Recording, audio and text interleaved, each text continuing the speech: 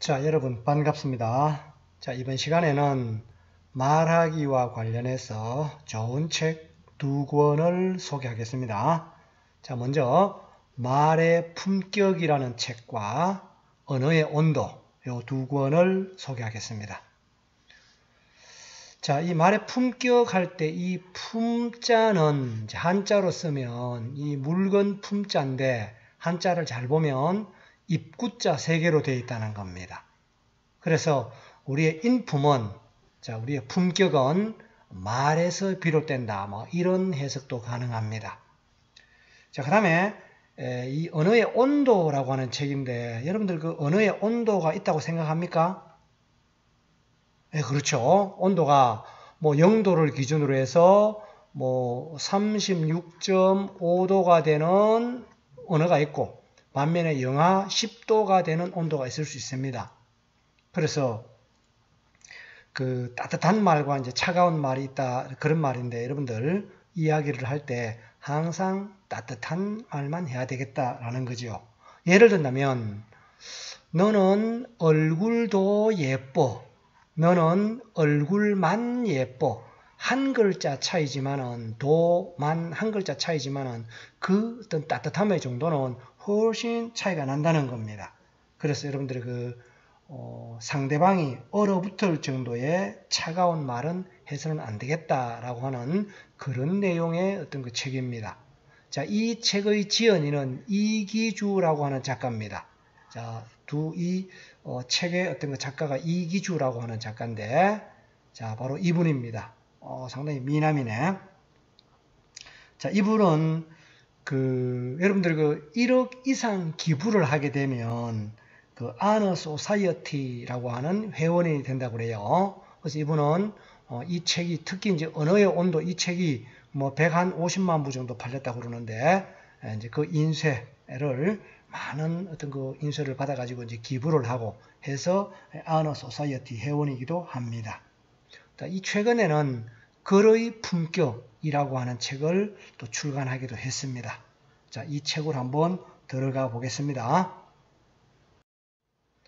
자, 이 책은 이제 말하기와 관련된 책인데 맨 첫 부분부터 이청득심, 청자는 들을 청자입니다. 그러니까 말하기와 관련된 책이지만은 듣기로부터 시작한다는 거죠. 즉 이청득심이라고 하는 말은 들음으로써 상대방의 마음을 얻는다는 거죠.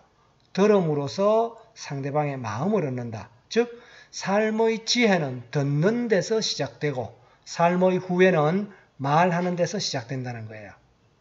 그래서 상대는 입이 아니라 귀를 원한다는 거죠. 우리 물리적으로 보더라도 입은 1개고 귀는 2개라는 겁니다. 즉 항상 남의 말을 먼저 듣는 이런 자세를 취하라라고 하는 게 이 챕터의 요지가 되는 거죠. 우리가 탈무드에도 입보다 귀를 높은 지위에 놓아라라는 말이 있고 입은 적을 만들고 귀는 친구를 만든다. 이런 말이 탈무드에 있다고 그래요. 자, 여러분들 지난 시간에 이 한 글자라고 하는 이 책을 소개를 했는데 이제 요 책 안에 우리 듣기와 관련된 그런 내용이 있어서 잠깐 소개하겠습니다. 자, 하라고 하는 한 글자죠. 한 글자 하라고 하는 이걸 제목으로 해서 자, 이 정철이라고 하는 카피라이터는 어떤 내용으로 전개를 했느냐 하면 남을 잘 웃기는 사람 곁에는 10사람이 모인다면 남의 말에 하하 잘 웃어주는 사람 곁엔 20명이 모인다는 거죠. 즉 웃어준다는 거죠. 우리가 이제 TV를 보고 재미있는 장면이 나오면 그냥 웃는 거지 웃어주는 게 아니죠. 그러나 대면해서 다른 사람의 이야기를 들을 때는 웃어주는 것은 배려라고 볼 수 있다는 겁니다. 그래서 배려가 가면 사람이 온다는 거예요. 즉 잘 웃어주는 사람 곁에는 20명이 모인다는 건데 여러분들 웃어줄 때 즉 특히 다른 사람의 말을 들을 때 눈도 마주쳐야 되겠지만 맞장구를 쳐줄 필요가 있다는 겁니다. 와 진짜가 그래서 어떻게 됐는데 이렇게 이제 관심을 가져주고 맞장구를 쳐주고 이러면 그 사람 곁에 20명이 모인다는 거죠. 자, 요런 어떤 그 하라고 하는 것도 잠깐 소개를 했습니다. 자, 그 다음에 이제 경청이라고 하는 건데, 이 경청의 경자는 우리가 경사할 때 그 기울 경자죠. 기울어지다 이 말입니다. 그러니까 듣는데 귀를 기울여 듣는 거죠. 그게 경청입니다. 먼 산 보고 상대방의 이야기를 듣는 게 아니라 귀를 기울여서 아주 자세히 듣는 게 경청이라는 거죠.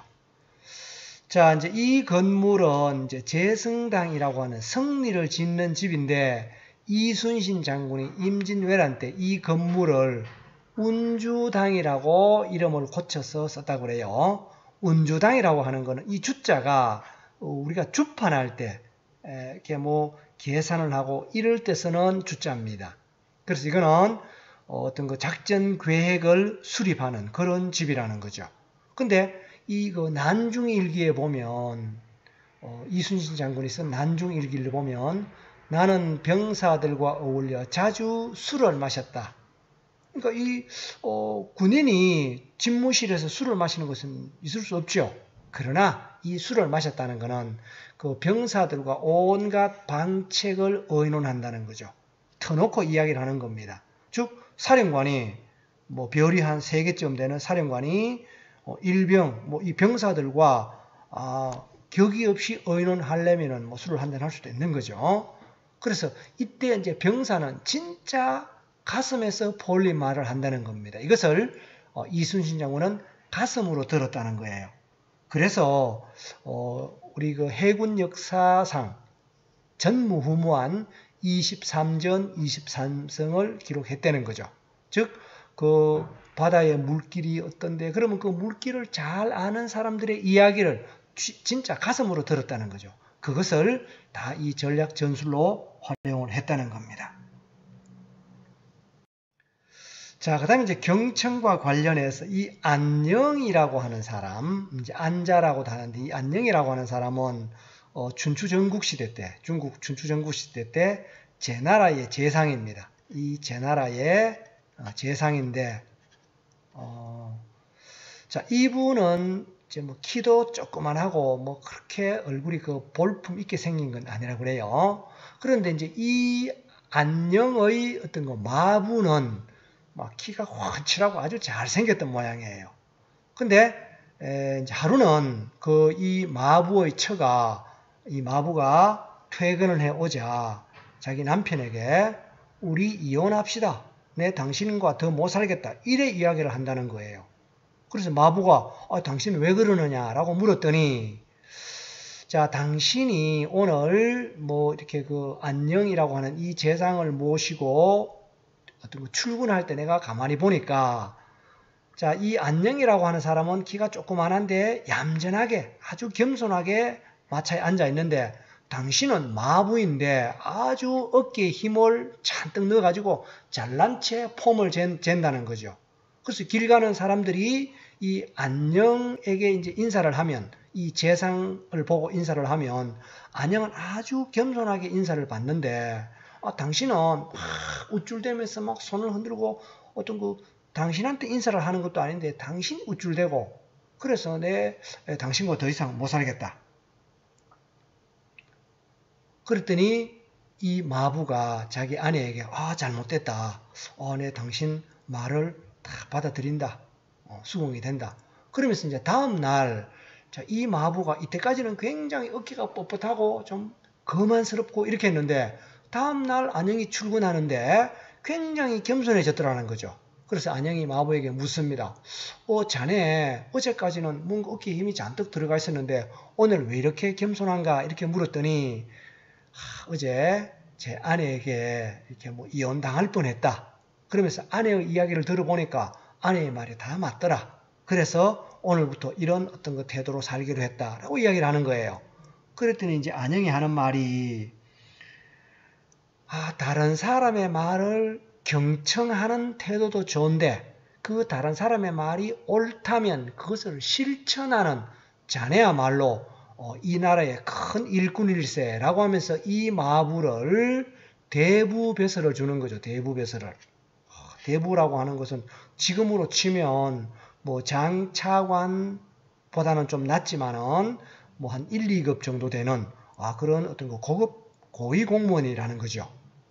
그래서 이 어떤 그 경청 앤더 실천 이런 자질을 갖춘 자네야말로 나라를 다스릴 만한 그런 자질이 있다라고 해서 대부배설을 줬다는 그런 이야기가 있다는 거죠.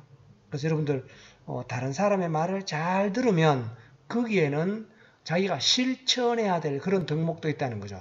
이것을 잘 실천하면 이렇게 크게 성공할 수도 있다. 뭐 그런 어떤 그 일화가 되겠습니다.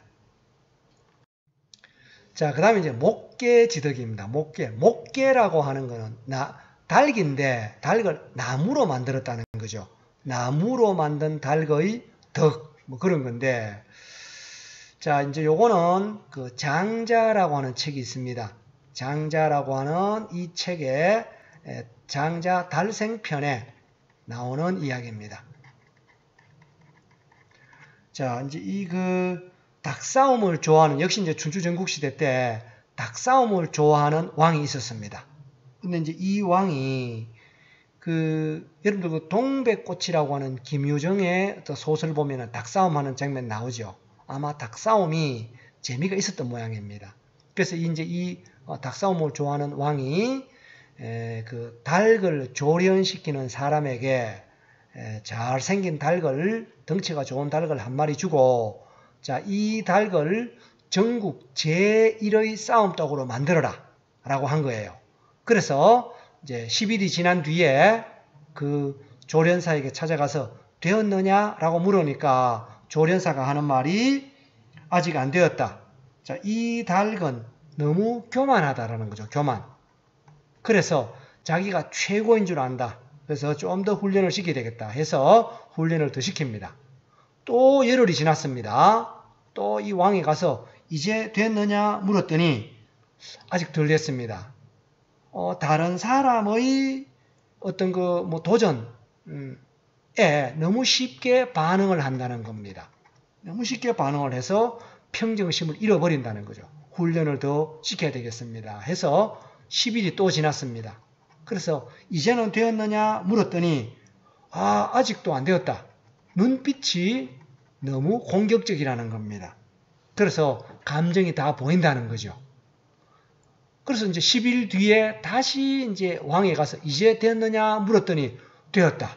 이제 이 닭은 목계가 되었다는 거죠. 나무 닭이 되었다는 겁니다. 즉 이 나무로 만든 닭이니까 어떤 닭이 와서 시비를 걸더라도 절대 반응을 하지 않는다는 거죠. 아주 뭐 무반응, 평정심. 그러니까 아무리 다른 닭이 시비를 걸어도 대꾸를 안 하니까 다른 닭이 그냥 도망가 버리더라는 거죠. 누구나 이기는 그런 닭이 되었다는 겁니다. 자, 우리가 이제 이 어떤 일화에서 알 수 있는 말은, 그렇죠. 칼이 칼집에 꽂혀 있을 때는 상대방이 저 칼의 어떤 그 위험을 잘 모르니까 또 위험을 느낄 수밖에 없다는 거죠. 근데 칼을 꺼내면 칼의 길이나 이런 걸 다 알 수 있다는 겁니다. 우리의 말도 마찬가지입니다. 가슴 속에 말을 넣어두고 있을 때 말에 위험이 있는 거지, 할 말 다 해버리면 그 사람의 어떤 그 미천이 다 드러나는 겁니다. 그래서 남의 이야기가 설령 좀 거슬린다 하더라도 거기에 일희일비하지 말고, 그렇죠? 좀 꾹 참고 딱 할 말만 하면 거기에 위험이 있게 된다는 겁니다. 여러분들 이제 비가 내렸는데 산골짜기에 있는 물은 금방 비가 내리면 금방 불어납니다. 비 그치면 금방 물 줄어들죠. 그러나 바다에 가까이 간 쭉 강 하류에 있는 물은 뭐 비가 조금 온다고 해서 갑자기 불어나거나 그렇지 않다는 거죠. 여러분들 내면도 특히 말과 관련해서는 할 말을 그때그때 하기보다는 묵혀두다가 꼭 할 말만 하는 그런 자세가 필요하지 않나, 이런 생각이 듭니다. 자, 이제 이거는 손가락질입니다. 손가락질. 이 그림은 네이버 이미지에서 따왔습니다. 자, 네이버 이미지에 좀 좋은 그림이 있어서 따왔는데, 자, 손가락질. 지적하는 거죠, 지적. 너는 이런 점이 잘못되어서 라고 지적합니다. 자, 그런데 여러분들 잘 보면 지적할 때 손가락 하나는, 이 검지손가락은 상대방을 가리키고 있지만 이때 나머지 손가락 3개는 자기 자신을 가리킨다는 거예요. 즉 상대방을 지적하려면 그 지적의 내용을 나한테 비추어 봐서 나는 저런 잘못이 없는가, 저런 손가락질을 받을 만한 일을 하지 않았는가, 이거를 반드시 먼저 살펴보고 지적을 해야 된다는 겁니다.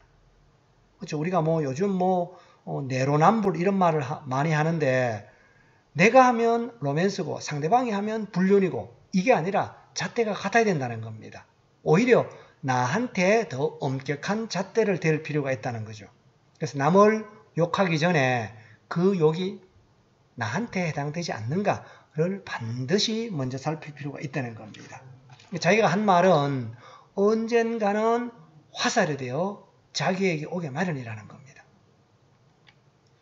자, 여러분들 회사 사장실이나 우리 학교의 교장실에 가면 이런 말이 대인춘풍지기추상이라는 이런 어떤 말이 많이 걸려져 있습니다. 자, 이 말이 무슨 뜻이냐면, 대인할 때 이 인자는 보통 타인을 말합니다. 타인. 사람 인자지만은 그 사람 중에 이제 자기를 말하는 게 아니라 남을 말하는 거고, 이 기자는 자기를 말합니다. 자기를 말하죠. 그러니까 대인이라고 하는 것은 다른 사람을 대할 때입니다. 다른 사람을 대할 때는 춘풍, 봄바람이죠. 봄바람처럼 따뜻하게 대하고, 지기라고 하는 것은 자기를 대하는 겁니다. 자기를 대할 때는 추상, 가을서리죠. 가을서리처럼 차갑게 대하라는 거예요.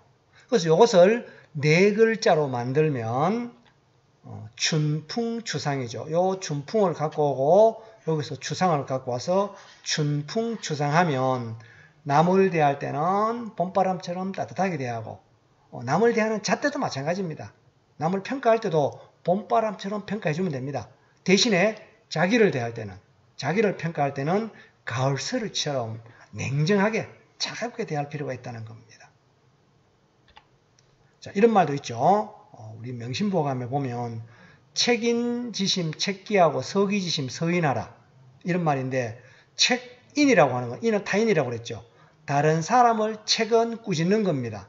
다른 사람을 꾸짖는 마음으로 책기, 자기를 꾸짖으라는 거예요. 반면에 이 서자는 용서하는 겁니다. 용서하는 건데, 이 기가 자기죠. 자기를 용서하는 마음으로 다른 사람을 용서하라는 거예요. 즉 꾸짖을 때는 다른 사람 꾸짖는 마음으로 자기를 꾸짖고, 자기를 용서하는 마음으로 다른 사람을 용서하라는 거죠. 그렇죠. 아무리 어리석은 사람도 다른 사람 꾸짖을 때는 굉장히 똑똑합니다. 반면에 아무리 똑똑한 사람도 자기를 용서하는 것은 그렇게 어리석을 수가 없다는 거예요. 자, 이런 어떤 말들, 춘풍추상, 책인지심 책기하고 서기지심 서인하라 라고 하는 이 말을 가슴에 새겨두면 여러분들 어떻게 다른 사람에게 이렇게 손가락질 받지 않는 그런 삶을 살 수 있지 않나, 이런 어떤 생각이 듭니다. 자, 요 시는 안도현 시인의 너에게 묻는다라고 하는 3줄짜리 시입니다. 연탄재 함부로 차지 마라. 너는 누구에게 한 번이라도 뜨거운 사람이었느냐? 그렇죠. 여러분들 이 연탄재를 보면 에너지가 없으면 에너지가 제로죠. 근데 그 에너지를 자기를 위해 쓴 게 아니라 남을 위해 에너지를 다 줘버렸다는 겁니다. 근데 이제 우리 보통 사람들은 이 연탄재를 보고 이 하찮은 것 쓸모없다고 해서 발로 함부로 찬다는 거죠. 그런데 자, 이렇게 하찮게 보이는 거지만은 나와 비교해 보면, 그러면 나는 그 나의 에너지를 남에게 준 적이 있느냐 하는 거예요. 그래 보면 우리가 같은 사람끼리 이렇게 겉보기에 하찮게 보일지라도 나보다 나은 점이 분명히 있다는 거예요. 그러니까 겉으로 하찮게 보인다고 해서 그 사람을 무시하거나 그 사람의 상처가 되는 이런 말을 해서는 절대 안 된다는 거죠. 자, 그 다음에 이제 책 속으로 한번 들어가 보겠습니다. 상대의 단점만을 발견하기 위해 몸부림친다는 것은 어쩌면 스스로 내면이 가난하다는 것을 방증하는 일이라는 거죠. 그러니까 여러분들 그 상대의 단점만 골라 이야기하는 사람이 있습니다. 뭐 우리가 사람은 다 그 단점이 있죠. 아킬레스건이 있습니다. 어떤 사람은 키가 단점이 될 수 있고 공부가 단점이 될 수도 있고 몸무게가 외모가 또 이제 나이가 들면 나이가 또 단점이 될 수도 있다는 거죠. 그런 단점을 가지고 예를 든다면 여러분들은 뭐 그렇지 않겠지만은 이제 뭐 지금 재수 학원에 다닙니다. 그거를 뻔히 알면서 1년 만에 만난 어떤 동창생이 야, 너 어느 대학 다니냐? 그러면 안 되는 거죠. 할 말이 뭐 많은데 저 알바하는 걸 뻔히 알면서 여러분들 대학을 졸업했다고 가정을 합시다. 근데 뭐 알바로 뭐 이렇게 뭐 겨우 이렇게 생활하는 걸 뻔히 알면서 야, 너 어디 취직했어? 뭐 이런 거. 그러면 안 되는 거죠. 이발을 했는데 내가 그걸 보니까 괜찮아. 그런데 거기에다 대고 야, 너 이발을 그따구로 했어. 이러면 안 되는 거죠. 야, 이발 너 깔끔해 보인다. 뭐 이렇게 칭찬. 남을 칭찬할 줄 모르면서 자기는 칭찬 받으려고 하는 거죠. 남을 배려할 줄도 모르면서 자기는 배려를 받으려고 한다는 거죠. 남을 사랑할 줄 모르면서 사랑받으려고 하면 안 된다는 거예요. 이게 참 애처로운 일이다라고 이 책에서 이야기를 합니다. 자, 그 다음에 이제 말은 귀소 본능이 있다는 거죠. 연어가 강에서 태어나서 바다에 살다가 다시 태어난 강으로 오듯이 내가 내뱉은 말은 자, 이게 사라지는 게 아니라는 거죠. 그 말을 들은 사람의 가슴에 꽂혀 있다가 반드시 자기에게 돌아온다는 겁니다. 내가 고운 말을 하면 고운 말로 돌아오고 나쁜 말로 하면 나쁜 말이 돌아온다는 겁니다. 그렇죠? 이 가슴에 상처가 되는 말은 10년, 20년, 평생이 간다는 거예요. 그러니까 여러분들 절대 다른 사람의 상처가 될 차가운 말은 하지 않는 게 좋다는 거죠. 그래서 말을 할 때는 나에게는 불리하고 상대방에게 유리한 이런 말을 골라 하면 그게 삶의 지혜라는 거죠. 자, 그 다음에 이 책에는 또 이런 글들도 있습니다. 상대가 원하는 것을 해주는 것이 사랑이라고 하지만 그것은 작은 사랑이라는 거죠. 그러면 큰 사랑은 뭐가 큰 사랑이냐 하면 상대가 싫어하는 걸 하지 않는 것, 이게 큰 사랑이라는 겁니다.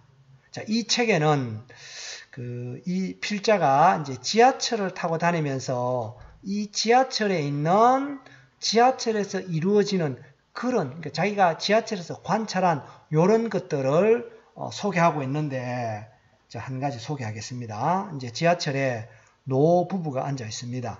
근데 그 할아버지가 휴대폰으로 이제 뉴스를 시청을 하면서 아주 뭐 뉴스가 이제 크게 막 들립니다. 다른 사람에게도. 그러면서 허허 이런 저런 일이 있나? 이렇게 다른 사람이 다 듣도록 막 이야기를 하는 거예요.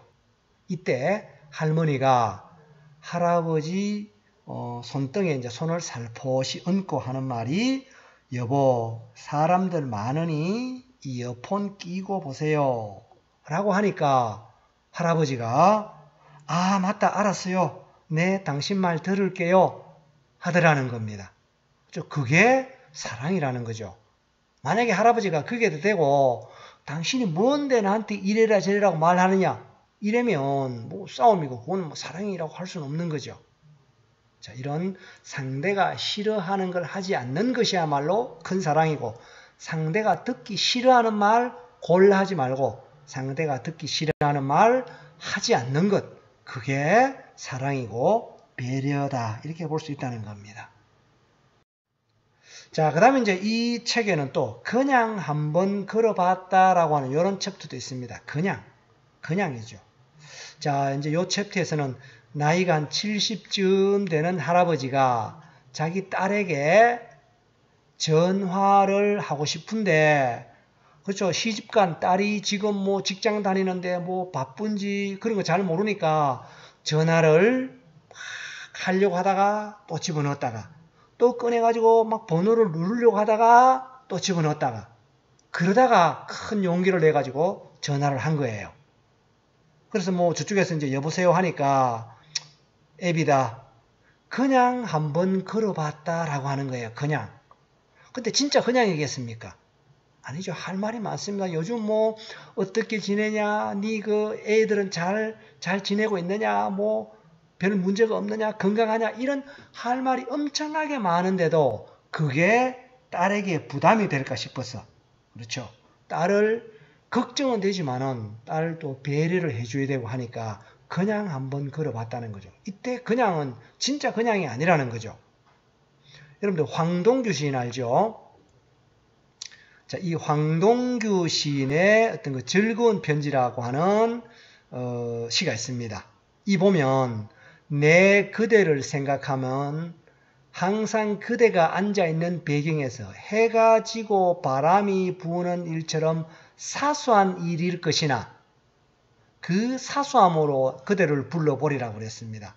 근데 여러분들 해가 지고 바람이 부는 게 진짜 사소한 일입니까? 우리가 맨날 보니까 사소한 것처럼 보이지만은 이거는 해가 지고 바람이 부는 일은 하루라도 없어는 안 되는 굉장히 중요한 일이라는 거죠. 따라서 이 사소함이라고 하는 거는 진짜 사소함이 아니라는 거죠. 마찬가지로 그냥 한번 걸어봤다라고 하는 거, 이 그냥이라고 하는 거는 진짜 그냥이 아니라는 거죠. 할 말이 많은데 그 딸을 배려해서 그냥 한번 걸어봤다. 그래야 딸이 부담이 없는 거죠. 자, 요런 어떤 거 챕터도 있고. 자, 그 다음에 말 무덤입니다. 말 무덤이 아니에요. 말 언총이죠. 언총. 자, 이 말 무덤은 경북 예천군에 있는 무덤인데, 자, 이 말 무덤의 유래가 있습니다. 이 마을에 사람들이 뭐 말다툼이 그리 심했답니다. 근데 이제 하루는 지나가는 사람이 자, 이 땅을 파서 상대방에게 하고 싶은 말, 즉 상대방의 가슴에 비수가 될 말은 상대방 가슴에 꽂지 말고 이 땅을 파서 여기에 말을 뱉어내고 묻어라 라는 거죠. 그래서 이제 사람들이 진짜 상대방과 싸울 때 험한 말은 이 땅에다 대고 험한 말을 다 하고 묻었다는 거죠. 그 뒤로부터 이 마을에 말다툼이 사라졌다고 해서 그게 이제 이 말 무덤이라는 겁니다. 지금도 있습니다. 이 말 무덤으로 가기 위해서는 이 이제 좌우에 이런 큰 돌들에 말과 관련된 속담을 많이 새겨놨습니다. 뭐 예컨대 말은 적을수록 좋다. 말이 말을 만든다. 이런 어떤 그 돌들이 좌우에 쫙 있습니다. 그래서 여러분들도 혹시 그 나쁜 말, 상대방에게 진짜 비수가 될 만한 이런 어떤 그 말들은 그 소중한 사람의 가슴에 꽂지 말고 땅에다 대고 하고 묻어버리라는 겁니다. 자, 그런 것도 있고. 그 다음에 한 글자에 나오는 한 글자 하나 더 보겠습니다. 자, 총이라고 하는 어떤 그 제목을 가진 글인데, 총은 불법 무기이고 입은 합법 무기라는 거죠. 기능은 같다는 거예요. 자, 총은 소지가 불가능한 불법 무기입니다. 입은 우리가 뭐 늘 달고 다니지만은, 그러나 기능은, 자, 총은 사람을 죽이고 입도 사람을 죽인다는 거죠. 즉, 칼은 몸을 베지만은 말은 마음을 벤다는 거죠. 이 마음을 베는 게 더 무섭다는 거죠. 그래서 여러분들 다른 사람의 마음을 벨 수 있는 이런 말은 무덤 속에 다 묻어버리기를 바랍니다. 자, 학습 과제입니다. 자, 오늘 말의 품격, 언어의 온도 두 권의 책을 읽었습니다. 자, 이 책, 오늘 그 강의한 내용은 어느 한 책이라기보다는 지연이가 같습니다. 두 책에 있는 내용을 갖다가 뽑아 놓은 건데, 자, 이 책을 여러분들은 안 읽었지만은 이번 한 30분 정도의 강의를 들었으면 읽은 거나 비슷합니다. 자, 그러면 이 책을 읽고 혹은 이 강의를 듣고 가슴에 와닿는 구절, 내면에 변화된 점, 느낀 점 등을 그 수업 댓글에 따로 파일로 만들어서 제출하지 말고 수업 댓글에 50자 내지 100자 정도로 수업 댓글에 달기를 바랍니다. 자, 오늘 책 2권 소개했습니다. 자, 여러분들 그 강의를 찬찬히 이렇게 되씹으면서 요 학습 과제를 해결하기 바랍니다. 자, 오늘 수고했습니다. 수업 마치겠습니다.